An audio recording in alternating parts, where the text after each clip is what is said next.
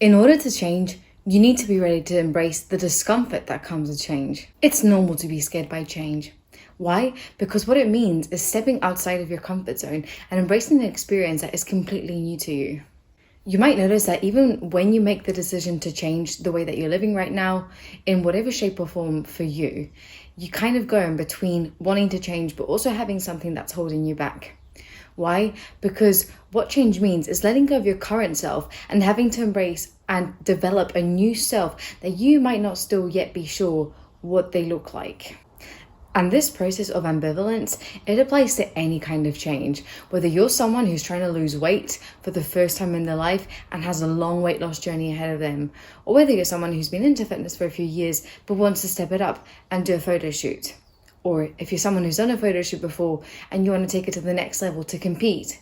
But equally, if you're someone who's been experiencing disordered eating symptoms, not an eating disorder, and you wanted to start making changes towards feeling better and feeling happier too.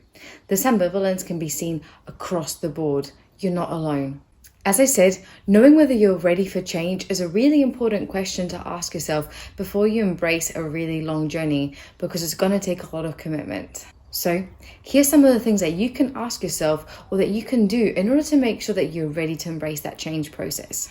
Firstly, you can list the potential negative consequences of remaining the same. What I mean by that is just thinking about how remaining the same and not changing anything is not proactive or is not beneficial to your current goals. Equally, it's super important to really sit down and think about what are the positives of still being in the current circumstance that you are. Is it comfortable? Is it known to you? Start thinking about these things and start thinking about how you might be able to let go of them.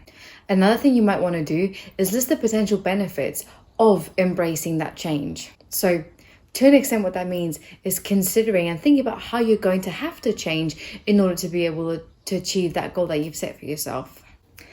But at the same time, you also need to consider the potential costs of making that change to yourself right now.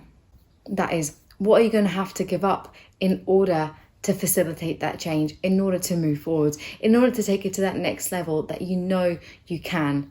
Because ultimately, when we realize that we want to change, it's because we feel like we're not happy with something that's going on for us right now, or we're not fully satisfied, or we want to demand more from life. So my best advice is think about why you want to change, remind yourself of your why, think about those pros and cons, and if your gut feeling is still telling you that you want to change, then go for it. The bottom line is that it takes a lot of courage to change, and it can be a really scary journey to embrace, especially if you're doing it alone. So what am I trying to say?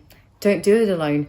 Join a team. Join a team of similar individuals who are going to cheer you on this journey, who are going to be there to support you throughout that change process. And even once you set different goals, once you've accomplished that initial one that you set out to change.